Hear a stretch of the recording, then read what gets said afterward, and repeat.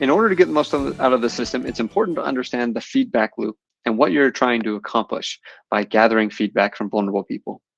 The feedback loop is fairly simple. It consists of 5 separate sections. First is the asking section. In it, we want to be able to ask people for their feedback. We want to ask good questions, limit the barriers for feedback, and encourage frequent feedback. The next part is we want to collect that feedback. Feedback that is asked but never gathered is really of no use to us. And so we want to continually have a process for collecting. For organizations that are using the Pulse for Good system, the process of asking and collecting tend to be done automatically. Where you need to work tends to be in these next steps: the analyzing, implementing, and notifying. When we analyze the feedback, we trust the feedback that we receive. We see the perspective of the people giving it, and we look for patterns and trends.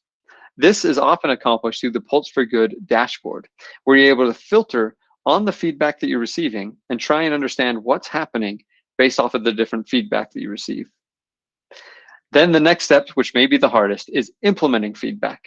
Do your best to change and acknowledge when you can't. Changing things based off of feedback is the entire point of the feedback loop. As we're able to change things, we hopefully improve the experience for both the people receiving services and those giving services. And lastly is notifying. Let your clients know you've listened, even when you can't change. By providing a way for them to understand that, yes, we've heard you and we can't do anything about it, you at least help build trust that you care enough to circle back with them and let them know. As the Pulse for Good system gathers feedback anonymously, it's really hard to notify individuals about their feedback. Instead, you have to take more of a group setting policy here.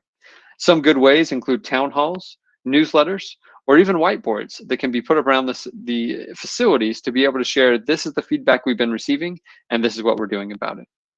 We recommend including these pieces of feedback and the associated actions in somewhere that can be viewed closely to the kiosk. In fact, right above the kiosk works really well, so people know what they're going to get when they give this feedback, that you're going to do something about it. A good example of this is this organization. This organization has put little whiteboards up that say, hey, we hear you. Here's some of the things that we'd like to be able to do based off your feedback. In this situation, someone shared feedback of more groups or activities to relate to others with similar mental conditions. And this is what they're doing about it, right? We're offering groups for our clients as COVID restrictions lift and people get more people get vaccinated. This pattern of sharing the feedback and what you're going to do about it fulfills the notifying requirement. It also helps build trust and encourages people to give feedback again because they see that that feedback is actually listened to and acted upon.